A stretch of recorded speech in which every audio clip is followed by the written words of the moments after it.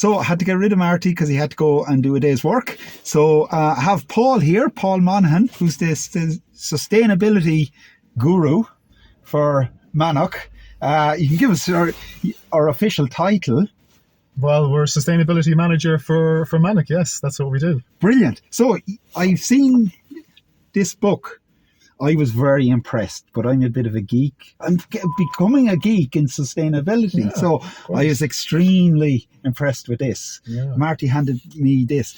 Can you talk us through it? And we'll go up and have a look at the cement factory. Yeah, so Peter, first of all, it's great to see you here at Mannok. Thank you. Thanks for coming up. And so the document I'm holding is called Mannok 2030 Vision. So this is the long-term business sustainability strategy for the business. It was published earlier in May of this year. And basically, this document is about the long-term environmental, social, and economic, I suppose, benefits to the community and to our customers. So, very important document. And what the document does, it's based on three main pillars, foundational pillars, which is people, planet, and partners. And there are three main priority areas within each of those pillars. And the strategy does a number of probably different things. So it's a strategy first and foremost, but it also, we've developed a new governance structure, to help with the implementation of an action plan. So there's a detailed action plan contained within the strategy. So that's ready to go. So as a group, as part of our governance, we've been meeting every month since last April, the Sustainability Working Group, looking at the, I suppose, the best and most optimum way to deliver on the implementation of the action plan. It also has a roadmap contained in the strategy too as well, which kind of highlights just the key milestones. So what are the key milestones that we need to hit every year between now and 2030? So the strategy kind of takes us out to 2030, and it's got some targets, some ambitious targets, I hope. So we're looking to kind of reduce our emissions by 33% by 2030, and reduce the emission intensity of our main products. So we're a cement and building products manufacturer, and we export all over the island of Ireland into the UK. That's our main market. So, a lot of people, a lot of customers very interested in kind of what we're doing and in the strategy. And since we published it, we've got really an overwhelmingly positive response, both from the industry and from our consumers too as well, or our customers. So I think that's been very, very good. So hopefully the document is quite comprehensive. And I suppose within, for example, the planet pillar, one of the three priorities is under climate action. And so that would call out, say, for example, the decarbonisation of our transport fleet. So I suppose that's one of the main reasons I know that you're here, Peter, today. And we're in your... Well, I just spotted Marty, and it's gone from there. So I said I'd take the chance to talk to everyone while I was here. Yeah, absolutely. So I suppose what we've done... It wasn't set up at all. No, not at all. No. Not at all. It just flowed naturally. Yeah, exactly. But I suppose given, I suppose your visit and the topic that we're discussing about, which is kind of like EVs and a little bit of sport, so hence Marty. Yeah. And I know you would have had a very interesting conversation between the battle of the two different codes, the GA and rugby. So I'm sure you had an interesting conversation. Yeah. I suppose what we've done in terms of decarbonisation of our fleet is we have installed in the last 12 to 18 months 4 EV chargers across our sites, both north and south. And we have replaced 4 of our diesel vans with zero-emission vehicles, electric vehicles. So, of course, what we're going to do is we have targets within our strategy that take us out to 2025, all the way out to 2040, where we will fully decarbonise all of our vehicles, including our HGV fleet and our off-road vehicles or quarry vehicles, in various different ways. So you're just turning up right here to to cement, Peter, Yeah. too, as well. And we're going to do that in various different ways. So obviously for the smaller, lighter vehicles, we will electrify where it makes sense to do so. Yeah. And then I suppose, given the fact that we have such a big fleet and a HGV fleet, and I suppose the heavy mobile plant that we have in the quarries, as you might imagine, that might just take kind of other solutions. Yeah. So it could be, various different renewable fuels. It could be hydrogen. It could be, we're looking at a range of options. So you're up here on the left and straight through there and straight up and straight up the hill. Well, what we might do actually is we might just take the next right up here that sounds, and go up to cement and see if they've got their vehicles charging up there too as well. Brilliant. Because Marty brought me around. I was allowed to drive the now the keep, van. turn, but keep on this side, keep to the right, because that's a kind of a wash system there too as well.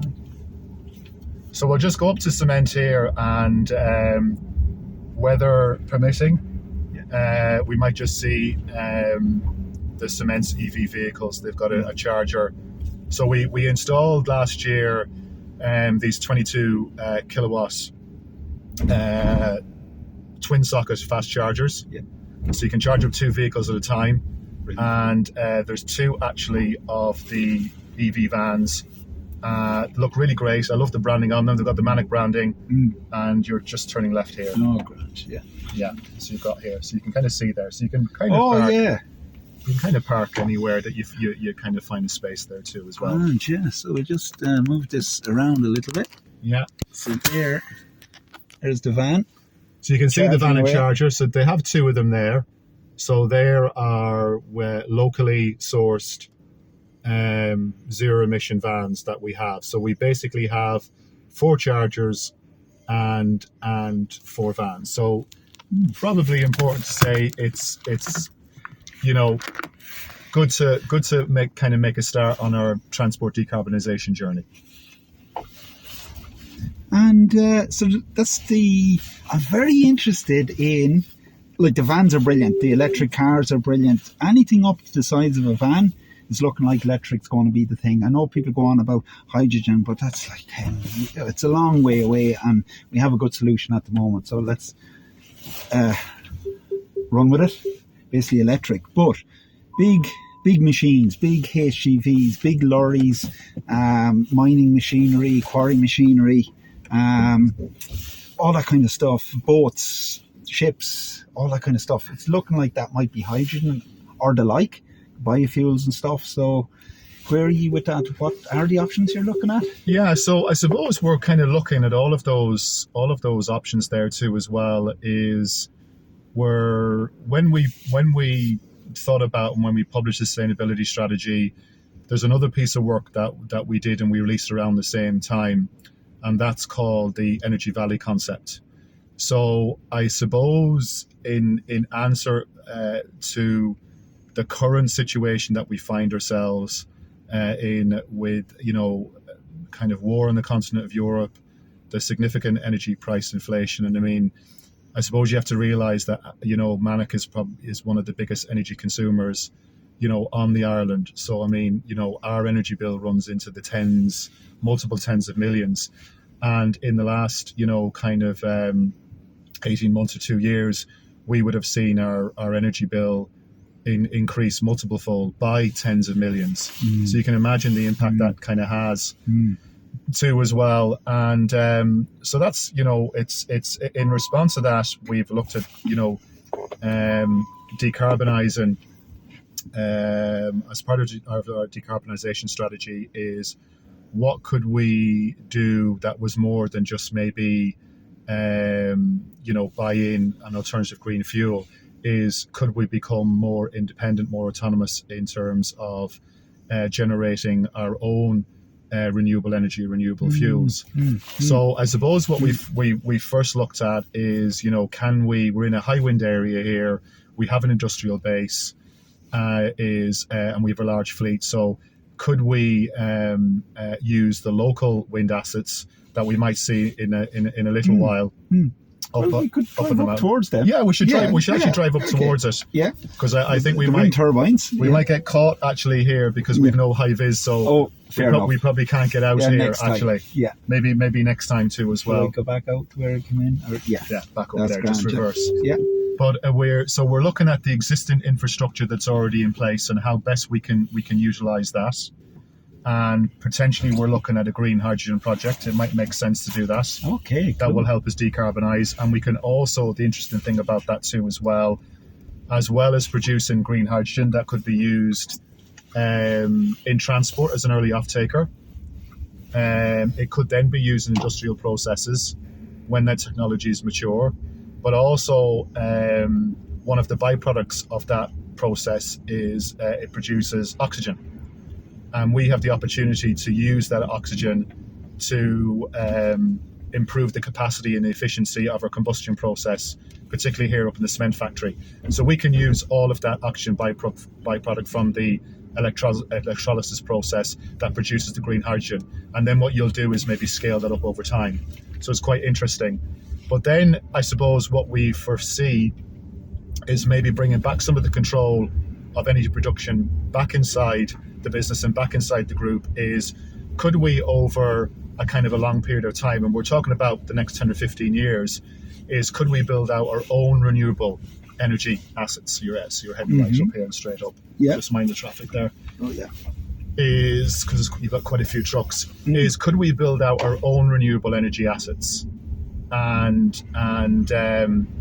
use that instead of using power on a constrained grid? And that would give us, we're hoping in the fullness of time, that would maybe give us back maybe 40 or 50% energy independence back in the business. And that would give us much greater flexibility in terms of being able to produce our own energy, being able to produce then maybe, green molecules as an intermediary that we can use then in various other applications like transport or industrial decarbonisation too as well. So of course with hydrogen you can store it and you can use it where you want it. Yes. Do you know what I mean? And that's the beauty of it. Yeah. Do you know what I mean? Yeah. So if you can do that, that will be able to, that gives the business a lot of flexibility. And that's really important too as well. So it's also about not just the capacity but the flexibility to be able to use it when and where that you need to use it from that point of view. So I think you're just heading up around here. Yeah. So just take your time. Yeah. You can kind of go up around here too as well. It's amazing. This is a steep hill and this is an electric car and it has no problem going up hills. No, it's amazing that, isn't it? Yeah, absolutely. And you know what? If I had a tow hitch, I could have a horse box with a horse in it and be pulling it up this hill. No issues. No issue. Yeah. I get that quite a bit. Oh, can an electric car pull two bullocks up a hill at the side of a mountain? Yeah, it can. Yeah, no problem. Yeah. Anyway, that's I must do that someday. I must actually get a horse box or a cattle trailer and pull one up a hill and just get rid of those myths. Yeah, absolutely. the myth buster, EV myth buster. That would be good. All right. Absolutely. Yeah. So we're near to, so these so your own wind farm basically. I mean, I suppose the other thing is that Mannok is a significant landowner. So it even outside of its quarries, it has significant land assets, both north and south. And actually, one of the pieces of work that we did recently with Ulster Wildlife is we did a natural assets action plan where we looked at the biodiversity, but also interestingly, the carbon sequestration potential of the land assets. So before, where those land assets would have maybe been viewed just for quarrying purposes or maybe just disused land that had no really value, we're now looking at in terms of, there's a double benefit for us. So there's a biodiversity benefit, in terms of enhancing and restoring and protecting the biodiversity on our own land assets. And we've got our environmental team doing various different initiatives and projects and studies that have been undertaking to do that. We're also undergoing at the moment and planning, and we have applications in at the moment to go on a significant tree planting program over the next 5 or 10 years to sequester carbon permanently. in native. There's a truck here behind me. I might give way. Oh, do if you need to, Peter, too, as well. Yeah. Just that this man has a job to be done. That's a job to be done. So we're only messing about chatting. Yeah, exactly. Yeah. That man is working, a real worker. A real. Yeah. Someone does the manual labour. Absolutely. Driving the truck's one of the most important jobs here. Absolutely. Very good. And we've recently, funny enough, actually, we've recently set up a new drivers academy, and we've employed a trade transport driving manager to encourage and make driving our company vehicles, particularly the HGVs, more attractive, more sustainable. And we actually have a female driver at the start with the company recently, a very nice young lady called Rochelle, and she's going through the whole HGV driver training academy and the qualification.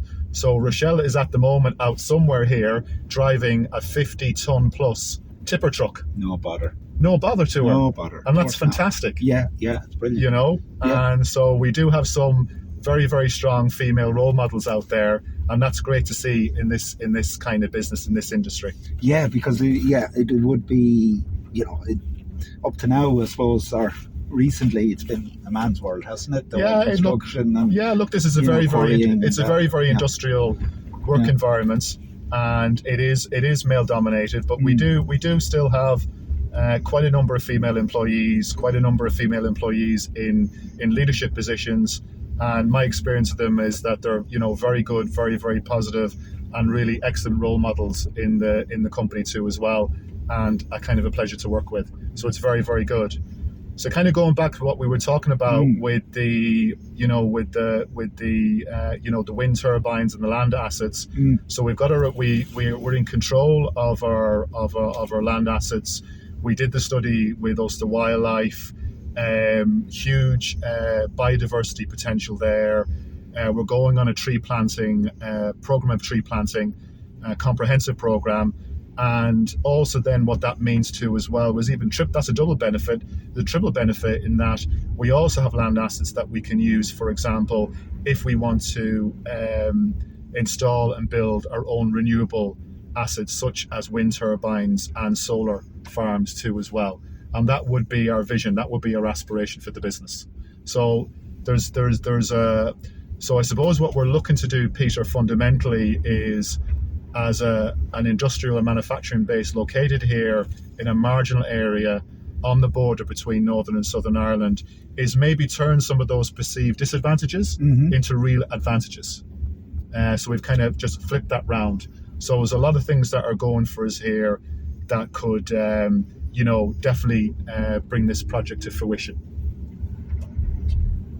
And I see these wind turbines in action. Yeah. And plans for more of them. So I doubt there's too many private vehicles could come up here. So, well, this road is it's pretty much a kind of like a kind of a private owned road, with Mannok between it's kind of the cement factory and the quarry. So a lot of the traffic is mainly just commercial traffic, and the trucks that are bringing material. See, that was seamless. The way I worked the camera there, seamless. No one will notice. You'd swear you were doing this all the time, or I think maybe never done it before. I'm not sure, Peter. That lad looks so amateur. Like you make it, that's a skill in itself. Exactly. Yeah. You're so engrossed. You're so engrossed in the conversation, Peter. I can tell you're getting distracted with all this other stuff going on. Brilliant. Absolutely. We'll go with that one. We'll go with that one. I think that's edit to that. I think that's more. Yeah, we'll edit to that one. Sorry, go ahead. Yeah.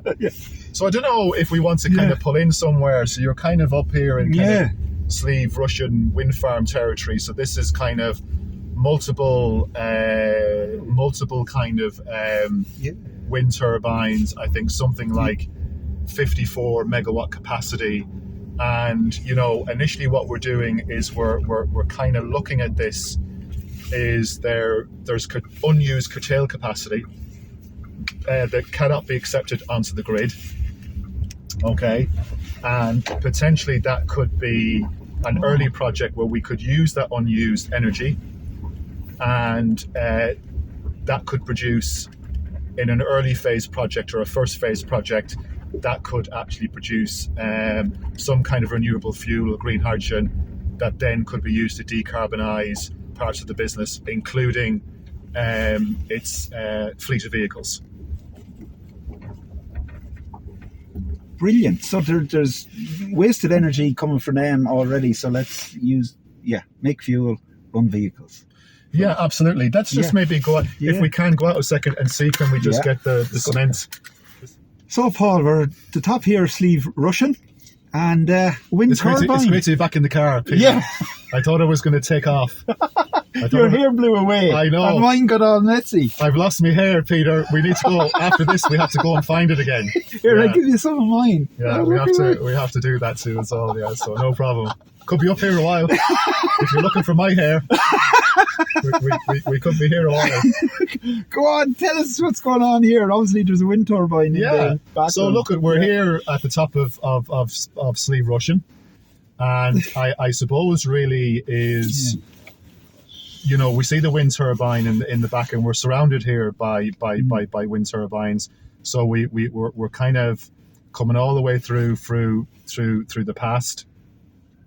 But with a window into the future, because what we have here is we have the existing wind farm infrastructure. These are connected to the grid, but there's unused capacity there. Okay. Unused energy that can't be accepted onto the grid.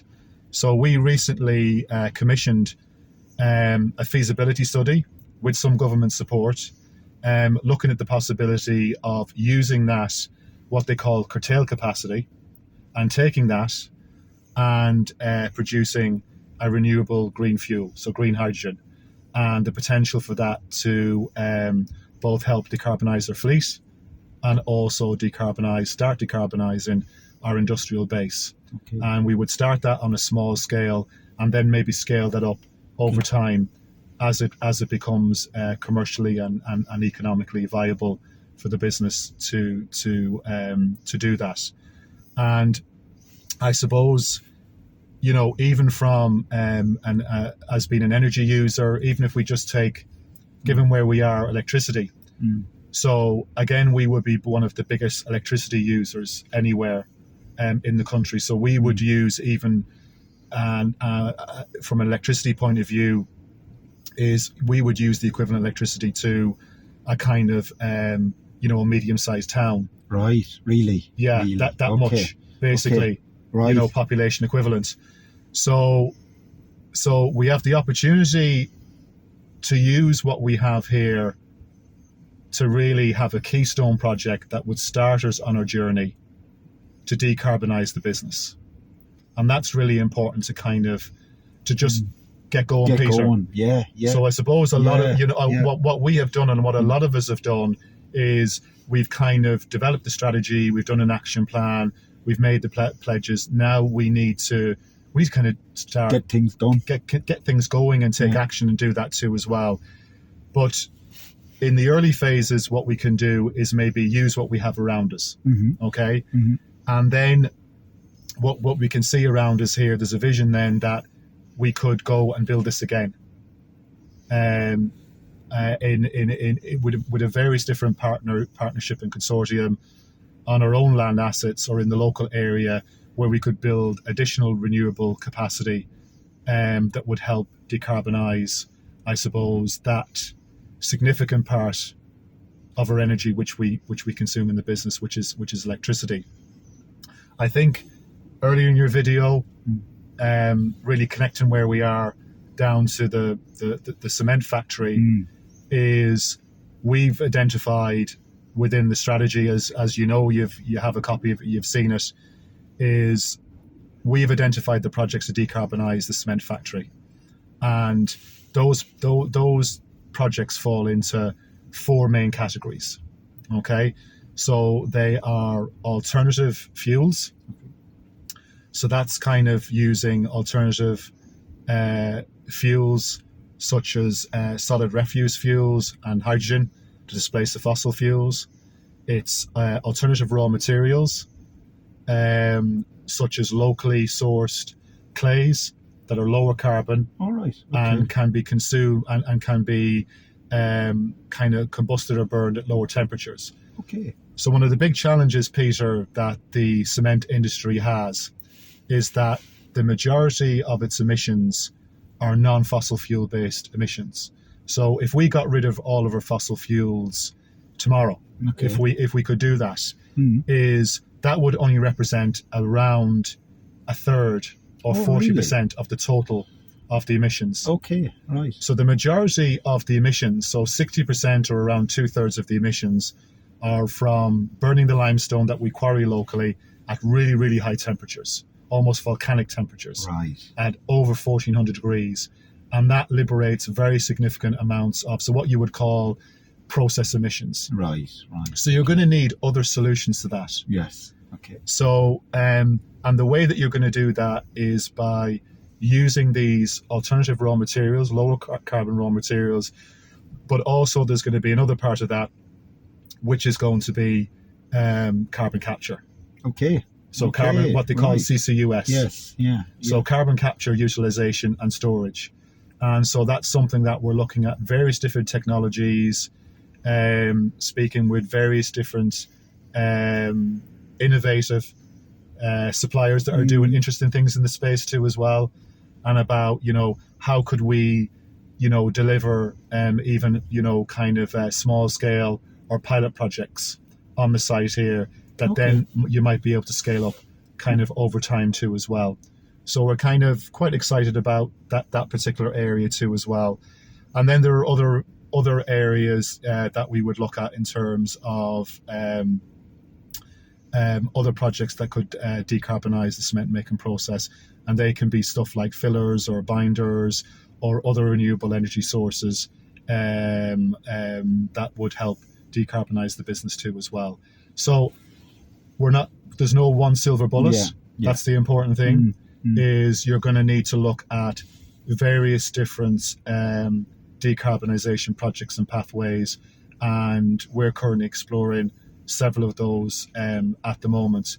But it's important to say is that we're not just talking about those things or researching about them. We actually have, with our main engineering partner, a world first project maximizing the use of alternative fuels in our cement making process currently, and that's coming into the latter stages of the project at the moment. And so we're quite excited to see what that will do for the business and decarbonising the cement too as well. And there probably will be some future announcements around that too as well. And we actually know that other cement producers are very interested in this technology too as well. That was actually tested here in our cement in Ballyconnell for the first time anywhere in the world. Anywhere in the world. Yeah. Okay. So that's quite interesting. Is it a complete secret, or can you tell me? Well, it's I suppose it is bound up by confidentiality. Fair enough, But I suppose in principle, what it's going to do is maximise our use of alternative fuels. It will significantly increase the amount of alternative fuels that we're able to use in our process, and that will open up other possibilities for us to use even more alternative fuel use. But the nice thing about it is that technology is transferable and can be replicated in the wider industry on a global basis. And it all started here in Ballyconnell. Brilliant. With our engineering partner. Brilliant. And there will be further announcements with the details around it. I would imagine before the end of the year you'll see that in various different that quickly or publications. Yeah, because it's a project that's probably been going on for the last, I would say, probably 3 years. Brilliant. That has been done there. So great credit to the cement management team and the technical team for delivering that. So thousands of man hours would have gone into that, and it's great to see that actually being near completion, and we've already seen the benefits of that. Have you? We've actually seen a significant increase in the amount of alternative fuel, and therefore we can actually displace more fossil fuels than we have been before, and that will lead on to other phases and other projects where we'll continue using more and more alternative fuel that displace fossil fuels and lower our carbon footprint. Yeah. So it has a knock-on effect too as well. The positive snowball. Yeah, positive snowball effect too as well. So great. Exciting. Yeah. Oh, this has been quite inspirational, actually, because sometimes you think, oh look, we're human beings. We want to develop stuff. We want to build stuff. We want to, just build everything better and make. But that comes at a cost. But if you can take out most of the cost, like environmental cost, all of a sudden, can you have the best of both worlds? Can you have nice things, like building a nice house and whatever, but have that as close to carbon neutral as you can, even in the building process, even in the materials that are used in that building, but also how they were manufactured. Like all of a sudden, if you're like, cement is, as you said, one of the highest density, for CO2 emissions or whatever. To make cement is one of the most carbon intensive processes that you could possibly have. It's up there with, kind of making steel and other kind of carbon intensive industries. But I think in general, the industry has kind of recognized that, and I've been talking to various different groups and been on various different webinars where there's been a recognition that the cement industry has probably really turned a corner in the last probably 3 years. So a lot of the whether it's national or international cement industry bodies, they've all recently published kind of 2050 decarbonisation roadmaps. So I suppose one of the things I would say with our sustainability strategy is we've kind of benchmarked the strategy and the type of decarbonisation pathways and projects that we're looking at with what is being done as best practice within the industry. So that has kind of been good for us to make sure that we're on the right track. So that's what we have kind of made sure that we've done too as well, that we're following that roadmap, that trajectory, and speaking with the right people too as well, and working with the right innovative technology suppliers out there. It's all very game changing. Yeah, it is. It's really quite exciting. It can be. There's a whole range of emotions that you go through because the scope and the scale of it is so large, and that's why having a long-term strategy and supported by an action plan is really crucial to for implementation there too as well. And hopefully we're on the right path. You are, Paul. You're on the right path, and you're actually getting things done. Yeah. I was at a presentation you did with the carbon capture in Galway University a couple of weeks ago, and basically your final closing statement, it was actually the closing statement of the whole event, was we just need to get things done. Let's just do things. Don't wait for perfection. Don't wait for perfection. Yeah. Oh, that's a Mark Zuckerberg one, isn't it? Oh, what is it? Perfection is the enemy of whatever. Getting things done. Yeah, progress. Progress. So let's keep. Yeah, you're getting things done, Paul. Yeah, and it was absolutely brilliant. Thank you. Thanks for coming up. And it's if you need to talk to us again in the future, no problem. And wish you well on your career trajectory. And safe home.